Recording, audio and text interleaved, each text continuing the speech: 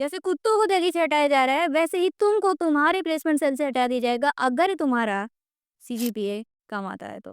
तो हम ये कहना चाहते हैं कि सीजीपीए कॉलेज की भी मैटर करती है। तो यार अगर तुम्हें अच्छी प्लेसमेंट चाहिए ना, तो सीजीपीए मैटर करती है। इसके अलावा मास्टर्स अगर करने चाहते हो, बेसिकली एमबीए करना चाहते हो, एमएस करना चाहते हो, तो वहाँ पे भी सीजीपीए मैटर करती है। तो यार हम आपको ये बताना चाह रहे हैं कि अगर कोई आपसे कहता है कि सीजीपीए मैटर नहीं करती, तो वो गलत कह रहा है, ठीक है? अगर आपको अच्छी प्लेसमेंट चाहिए तो जीपीए मैटर करती है। अब हम ये दावे के साथ कैसे कह सकते हैं, तो I M recently pass out from NIT Jamshedpur और मेरा जो दोस्त है वो ट्रेनिंग एंड प्लेसमेंट सेल में था। मतलब उनका काम ही यही होता है कि बच्चों की प्लेसमेंट्स कराते हैं, आई गेस आपको इतना नॉलेज होगा। तो उसने ये बताया कि यार जो कंपनी आती है ना उसका क्राइटेरिया ये होता है कि सीजीपीए इतना होगा तभी हम बच्चों को लेंगे। क्यों? क्योंकि सिंपल सी चीज़ है, अगर कंपनी में 10 बच्चों की ओपनिंग है और 1000 लोगों ने फॉर्म भरा है, तो कंपनी के लिए हज़ारों का इंटरव्यू लेना तो मुश्किल है, इसलिए तो वो 2-3 राउंड्स कराती है। बट जभी भी अब हमारे पास ओएक होता है या फिर आप कोडिंग राउंड के जो टेस्ट होते हैं, अगर आप वो भी करने जा रहे हो, आप प्लेटफ़ॉर्म में रजिस्टर करोगे, वहाँ पे जाओगे तो उसका कॉस्टिंग आता है। कंपनी उस कॉस्टिंग को कम करने के लिए क्या कहेगा कि अगर 1000 ने फॉर्म भरा है, तो इनमें से ना 100 को निकालते हैं और वो 100 ही इस टेस्ट को देंगे, फिर जो सेलेक्ट होंगे उनका इंटरव्यू होगा। तो अब वो 1000 में से 100 सेलेक्ट कैसे होते हैं? रेज़्यूमे और सीजीपीए के बेसिस पे। जनरली वो लोग क्या कर देते हैं, लगा देते हैं कि अगर किसी का सीजीपीए 8 से कम है, हटा दो। कितना भी अच्छा उसका रिज़्यूमे रहेगा, जनरली ऑफ कैंपस में तो ये ऑन कैंपस में तो ये होता ही है, ठीक है? अब जैसे हमारे यहाँ आई थी हिंदुस्तान यूनिलीवर, उसका पैकेज था 20 लाख, बट उनका जो सीजीपीए डिमांड था दैट वाज़ 8.5 के ऊपर चाहिए था उनको, ठीक है? तो तुम समझ रहे हो, सीनियर्स कहते हैं 60 के ऊपर ला दो चलेगा, नहीं। 7 के ऊपर ला दो चलेगा नहीं। तो मैक्सिमम जितना ला सकते हो लाओ, बट एटलीस्ट 8 के ऊपर तो होना ही चाहिए अगर तुम 80% के ऊपर कंपनीज़ में बैठना चाहते हो तो। तो आप शायद कन्विंस हो गए होंगे कि हाँ, सीजीपीए मैटर करती है। अब अच्छे सीजीपीए लाने के लिए आपको सही जगह से पढ़ना ज़रूरी है। तो फर्स्ट ईयर बीटेक के लिए कौन से यूट्यूब चैनल्स हैं जो कि बहुत बढ़िया, मतलब अगर आप सच में फर्स्ट ईयर में अच्छा सीजीपीए लाना चाहते हो तो आपको इन चैनल से ज़रूर पढ़ना चाहिए। हमारी खुद की फर्स्ट ईयर में 9.12 सीजीपीए थी और हमने इन यूट्यूब चैनल से पढ़ाई करी थी। तो I am going to tell you the names of those YouTube channel जहाँ से आप पढ़ाई कर सकते हो। तो सबसे पहले बात करते हैं क्या है हमारा सिलेबस। फर्स्ट ईयर हमारा 2 पार्ट में डिवाइडेड है, first semester and second semester. जो भी हमारे पास सब्जेक्ट्स हैं, है ना? वो हमारा 2 पार्ट में डिवाइडेड है, first semester plus second semester. तो ये है हमारे सब्जेक्ट्स। सबसे पहला engineering physics, engineering chemistry, engineering maths, then हमारे पास है mechanics, electronics, electrical engineering, fundamentals of C programming और बेसिकली कंप्यूटर साइंस जिसको हम बोलते हैं, एंड इंजीनियरिंग ड्राइंग या फिर इंजीनियरिंग ग्राफिक्स जिसको हम बोलते हैं, दैट इज़ ईडी। तो अब बात करते हैं इन सब्जेक्ट्स को हम पढ़ कहाँ से सकते हैं। तो सबसे पहले हम बात करते हैं इंजीनियरिंग ड्राइंग या इंजीनियरिंग ग्राफिक्स की। इसको आप मानस पटनायक सर से पढ़ सकते हो। यूट्यूब पे ये one of the best teacher हैं जो आपको ईडी पढ़ा रहे हैं। क्यों? क्योंकि ये प्रॉपर विजुअलाइजेशन का यूज़ करके आपको ईडी पढ़ाते हैं। जब क्लास में आप पढ़ते हो तो वहाँ पे हमारे पास बोर्ड होता है और उस पर टीचर, जनरली टीचर्स प्रोफेसर्स जो होते हैं कम इंटरेस्टेड होते हैं। तो खैर वो प्रॉपर विजुअलाइजेशन वाला सब्जेक्ट होता है, उसको समझने में बहुत दिक्कत होती है। बट मानस पटनायक सर जो हैं वो प्रॉपर विजुअलाइजेशन के साथ आपको सारा कॉन्सेप्ट अपने वीडियोस में एक्सप्लेन करते हैं। तो यार मानस पटनायक सर फॉर ईडी। अब हम बात करते हैं इंजीनियरिंग मैथमेटिक्स की।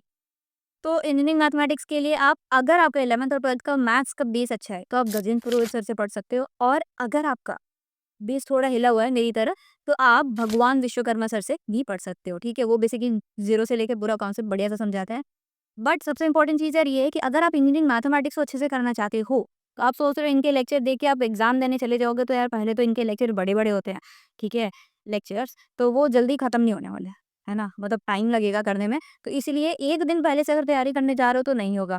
दूसरी चीज़, अगर आप 1 हफ्ते पहले से भी इनकी पढ़ाई करते हो, इनके लेक्चर्स कंप्लीट भी कर लेते हो, तो मैथ्स डिमांड्स प्रैक्टिस, तो प्रैक्टिस तो करनी होगी। तो इसीलिए जब तुम्हारे यहाँ कॉलेज में शुरू हो रहा है, तो मैथ्स थोड़ा-सा अगर प्रोफ़ेसर लीनिएंट नहीं है तो दिक्कत दे सकता है। इसलिए मैथ्स को या मैथ्स की जो प्रैक्टिस है वो स्टार्टिंग से ही आप शुरू कर दो, एटलीस्ट संडे वीकेंड्स पे प्रैक्टिस करते रहो।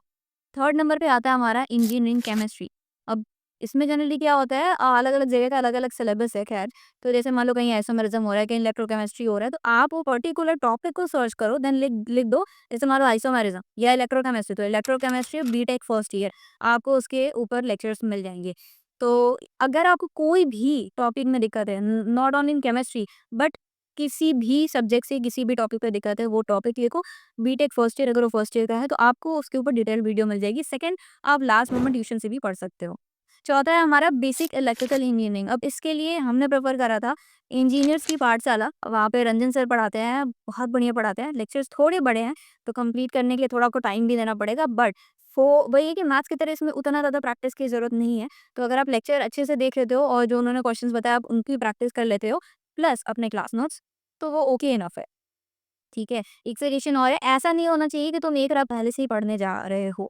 अगर 6 से 7 सीजीपीए चाहिए तो 1 रात पहले पढ़ लोगे तो भी आ जाती है। लेकिन अगर तुम्हें 8 या 9 के ऊपर सीजीपीए चाहिए, तो तुम्हें एटलीस्ट 1 हफ्ता 10 दिन पहले से पढ़ाई शुरू करनी पड़ी। 5वें नंबर पे आता है हमारा इलेक्ट्रॉनिक इंजीनियरिंग। इलेक्ट्रॉनिक इंजीनियरिंग आप निज़ अकेडमी से भी पढ़ सकते हो या फिर एड्यूर एग्जाम क्लासेस से भी पढ़ सकते हो। इसमें ऐसे चैप्टर्स होते हैं, सेमीकंडक्टर हो गया। अब आपको स्पेसिफिकली सेमीकंडक्टर में ही डाउट है, आपको थोड़ा अच्छे से पढ़ना है तो आप वो टॉपिक लिख के बीटेक फर्स्ट ईयर लिख दोगे तो उतने में आपको वो चीज़ मिल जाएगी। 6 नंबर पे आता है हमारा इंजीनियरिंग मैकेनिक। तो यार इसके लिए आप लास्ट मोमेंट ट्यूशन, गेट वाला या फिर टिकल्स अकेडमी, ये तीनों जगह से कर सकते हो। ऑब्वियसली किसी एक जगह से करना है जहाँ से आपको समझ में आए, ठीक है? तो इन तीनों में से कोई भी एक आप प्रेफर कर सकते हो। इसमें भी थोड़ी प्रैक्टिस चाहिए होगी तो 1 दिन पहले से नहीं होगा, थोड़ा पहले से करना पड़ेगा। 7 नंबर पे आता है इंजीनियरिंग फिजिक्स। इसके लिए आप प्रेफर कर सकते हो। खैर अगर आपको किसी टॉपिक में डाउट है तो स्पेसिफिकली टॉपिक लिखो, बीटेक फर्स्ट ईयर आ जाएगा। और अगर आप चाहते हो कि सारी कंटेंट मिल जाए तो आप इंजीनियर साहिल के पाठशाला आप देख सकते हो चैनल, आप इसको रेफर कर सकते हो। And the last is that is 8 fundamentals of C language और फंडामेंटल्स ऑफ कंप्यूटर साइंस, ऐसे लिस्ट हैं लोगों में, अलग-अलग नाम हो सकते हैं। ख़ैर, ये आप पढ़ सकते हो। ये 3 वीडियोज़ हैं जहाँ से आप इसको कर सकते हो। सबसे पहला है कोड विद हैरी का ये वन शॉट 10 घंटे के आसपास का है। दूसरा है श्रद्धा दीदी का ये वन शॉट और तीसरा है कॉलेज वाला का ये प्लेलिस्ट ऑन सी प्रोग्रामिंग। ये तीनों में से आप कोई भी प्रेफ़र कर सकते हो। द थिंग इज़ कि जब आप एक बार पढ़ोगे आपको लगेगा 10 घंटे का है, कर लेते हैं। फिर आपको डाउट आएगा वापस से, फिर आप क्या करोगे दूसरे लेक्चर पे जब कर लोगे, ऐसा नहीं करना है। एक बार कोड वैरी का भी देख लेते हैं, एक बार श्रद्धा दीदी का भी देख लेते हैं और एक बार कॉलेज वाला का भी देख लेते हैं, बट ऐसा नहीं करना। एक बार आपने जिसका देखा उनसे ही नोट्स बना लो और दूसरी बार भी आप उन्हीं से रिवाइज़ करो। तो जाके वो जो चीज़ होती है ना अच्छे से ब्रश हो जाती है, अच्छे से याद हो जाती है। तो यार ये था एक पैकेज कहाँ से पढ़ना है, लेकिन 9 सीजीपीए के ऊपर लाना सिर्फ़ इस पे डिपेंड नहीं करता कि आपको पढ़ना कहाँ से है, कैसे पढ़ना है, क्या-क्या गलतियाँ हो सकती हैं। मतलब हमने बहुत अच्छे से पढ़ाई करी थी 3rd सेमेस्टर में and I still got 6.55 GPA. कैसे? मतलब मेरे 9.79 सीजीपीए भी आई थी 7th में। बट ऐसा क्या हुआ 3rd सेमेस्टर में, ऐसी क्या मिस्टेक्स हमने करी जो मेरा इतना कम जीपीए आ गया था, जिसकी वज़ह से ओवरऑल जीपीए जो था अपना कम हो गया था। तो अगर आपको वो जानना है तो लिंक डिस्क्रिप्शन में आप वहाँ से वो वीडियो देख सकते हैं। Thank you so much for watching this video. Subscribe ज़रूर करना क्योंकि तुम्हारी कॉलेज लाइफ़ की कंप्लीट जर्नी में हम आपकी हेल्प करने वाले हैं। नमस्ते।